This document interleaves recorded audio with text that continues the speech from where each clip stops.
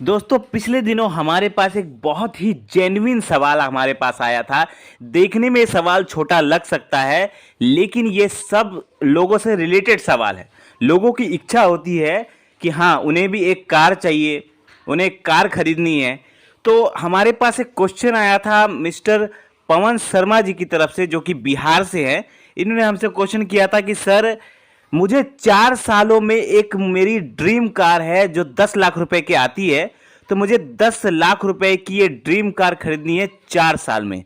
मुझे बताइए कि मैं कितने की एसआईपी करूं और कौन कौन से फंड में इन्वेस्ट करूं कि मैं 4 साल के अंदर अंदर 10 लाख रुपए की मेरी ड्रीम कार खरीद पाऊं। तो आज हम ये वीडियो लेकर आए हैं कि अगर आपके भी मन में इच्छा है 4 सालों में 10 लाख रुपए कमाने की, या 4 सालों में कोई ऐसा 10 लाख रुपए का ऐसा कोई सामान खरीदना, जैसे कि कार हो गया, या आपको कहीं वैकेशन पे जाना है, तो आप कितने की एसआईपी करेंगे और कौन कौन से फंड में इन्वेस्ट करेंगे, ये वीडियो हम लेकर आए हैं। अगर आपको भी 10 लाख रुपए चाहिए 4 सालों के अंदर, तो ये वीडियो बिल्कुल आपके लिए है।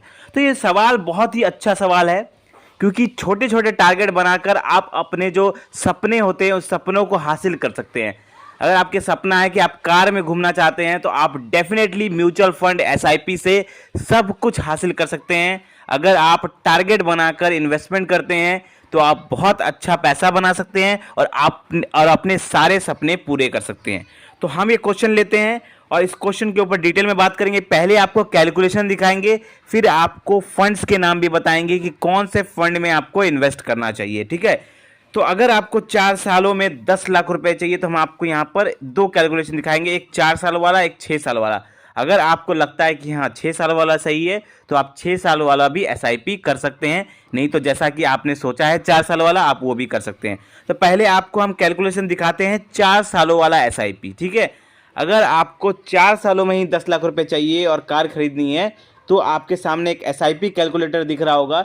इस कैलकुलेटर में आप देखिए कि आपको इन्वेस्टमेंट, मंथली इन्वेस्टमेंट करना होगा। यहाँ पर 15,000 रुपये के आसपास का मंथली इन्वेस्टमेंट करना पड़ेगा। ठीक है, 15,000 से थोड़ा सा ज़्यादा आपको यहाँ पर मंथली इन्वेस्टमेंट करना पड़ेगा। रेट ऑफ रिटर्न हमने यहाँ पे पकड़ा है 15%। अब क्यों 15% पकड़ा है? क्योंकि इस वीडियो में हम जो फंड्स के बारे में बात करने वाले हैं, वो फंड्स बहुत ज़बरदस्त है और इन फंड्स ने 20-25% से ज़्यादा का रिटर्न दिया है। लेकिन फिर भी हम कैलकुलेशन के लिए आपको 15% का रिटर्न दिखाते हैं। ठीक है, तो 4 साल हो, देख टाइम पीरियड में हमने पकड़ा है 4 ईयर्स। अब ये 4 ईयर्स में आपका जो पैसा यहाँ पर आपका बन जाएगा तकरीबन 10 लाख रुपए के आसपास। आपका यहाँ पे वैल्यू बन जाएगा और उसके बाद आप अपनी ड्रीम कार इन 10 लाख रुपए से ले पाएंगे। लेकिन अब यहाँ पर आपको लग सकता है, बहुत सारे लोगों को लग सकता है, सर ये 15,000 की एसआईपी बन रही है 4 सालों में। अब बहुत सारे लोग ऐसे हो सकते हैं कि हाँ 15,000 रुपये हम अफोर्ड नहीं कर पाएंगे, 15,000 थोड़ा ज़्यादा लग रहा है एसआईपी पर मंथ, तो हम 15,000 एसआईपी नहीं कर पाएंगे। तो आप क्या कर सकते हैं, 4 सालों की जगह अपना टाइम पीरियड 2 साल और बढ़ा सकते हैं और 6 सालों का कर सकते हैं। आपको 6 साल का कैलकुलेशन दिखाते हैं, वहां पर आपको कितना पैसा लगेगा वो भी देख लीजिए।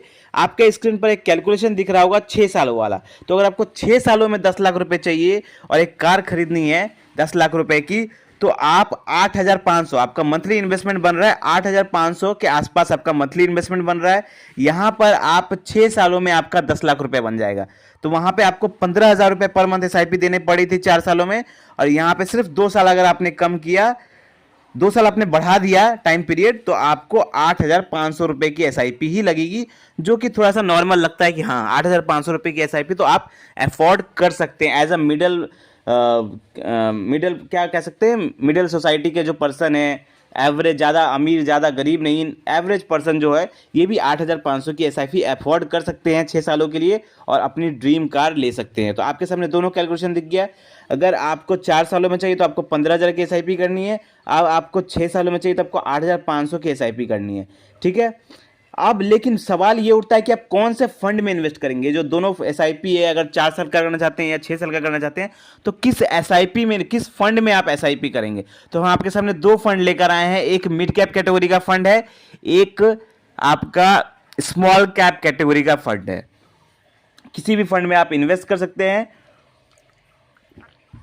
या यूं कहेंगे कि आप दोनों में आधा आधा इन्वेस्ट कर सकते हैं। आधा आप मिड कैप कैटेगरी के फंड में इन्वेस्ट कर दीजिए, आधा आप स्मॉल कैप कैटेगरी के फंड में इन्वेस्ट करते हैं। पहला जो दो फंड आपको बता रहे हैं, आधा पैसा आप इस फंड में करिएगा, आधा उसमें। तो पहला जो फंड है वो है मिड कैप कैटेगरी का, उस फंड का नाम है Motilal Oswal mid cap fund. ये मिड कैप कैटेगरी का मेरे हिसाब से नंबर 1 फंड साबित होने वाला है आने वाले टाइम पर। क्यों, इसके ऊपर बात करते हैं। 23% का इसका एवरेज रिटर्न, एवरेज की रिटर्न की बात कर रहा हूं, जब से ये मार्केट में आया तब से इसने एवरेज रिटर्न दिया है 23% का। 5 स्टार इसे रेटिंग मिली हुई है।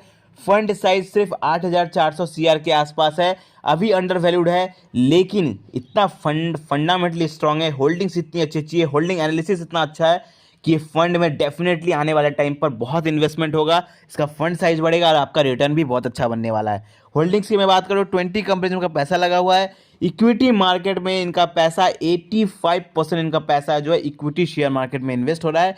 एक्सपेंस रेशियो इनका 0.63% का है, तो बहुत ज़बरदस्त फंड है मिड कैप कैटेगरी का।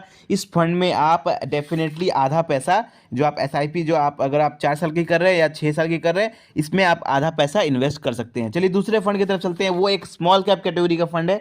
इसके ऊपर भी हमने बहुत बात की। इस फंड का नाम है टाटा स्मॉल कैप। ये फंड में आप 26% आप देख सकते हैं इसका रिटर्न बना हुआ है। जब से ये मार्केट में आया है तब से इस फंड ने 26% का रिटर्न दिया है, जो कि बहुत अच्छा रिटर्न माना जाता है। 26% का रिटर्न दिया हुआ है। 5 स्टार इसे रेटिंग हुई मिली हुई है, वो भी स्मॉल कैप कैटेगरी में 5 स्टार रेटिंग मिली हुई है। फंड साइज 6200 सीआर के आसपास की फंड साइज है। होल्डिंग्स की मैं बात करूँ, 51 कंपनीज में इनका पैसा डाल रहा है। 51 कंपनीज में पैसा जा रहा है, बहुत अच्छे अच्छे तगड़े कंपनीज में का पैसा जा रहा है।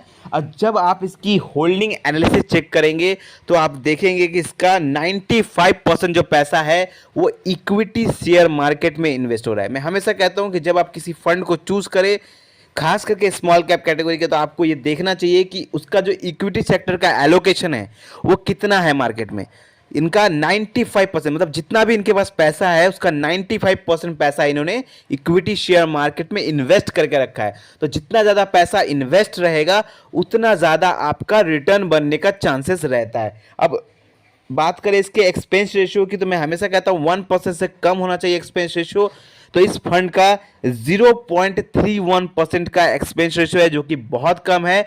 और ये fund definitely small cap category में बहुत अच्छा रिटर्न देने की क्षमता रखता है। तो आप आधा पैसा इस फंड में डाल सकते हैं और आधा पैसा आप इस मोतीलाल ओसवाल में डाल सकते हैं। तो अगर आप 4 साल की एसआईपी कर रहे हैं तो आप 15,000 कर रहे हैं तो आधा इसमें डाल दीजिए, आधा उसमें डाल दीजिए, दोनों में एसआईपी कर दिए। 4 साल में आप इससे ज़्यादा पैसा बनाएंगे। और अगर 6 साल की कर रहे हैं तो 8,500 की, तो आधा पैसा इसमें डाल दीजिए, आधा उसमें डाल दीजिए। आप डेफिनेटली 10 लाख रुपए से ज़्यादा की वैल्यू बनाएंगे, क्योंकि फंड बहुत ज़बरदस्त है। तो आई होप आपको ये वीडियो अच्छा लगा होगा। वीडियो से रिलेटेड कोई भी क्वेश्चन है तो कमेंट करें, और ऐसे ही ज़बरदस्त फाइनेंशियल वीडियो पाने के लिए हमारे चैनल को सब्सक्राइब करें। थैंक यू, धन्यवाद।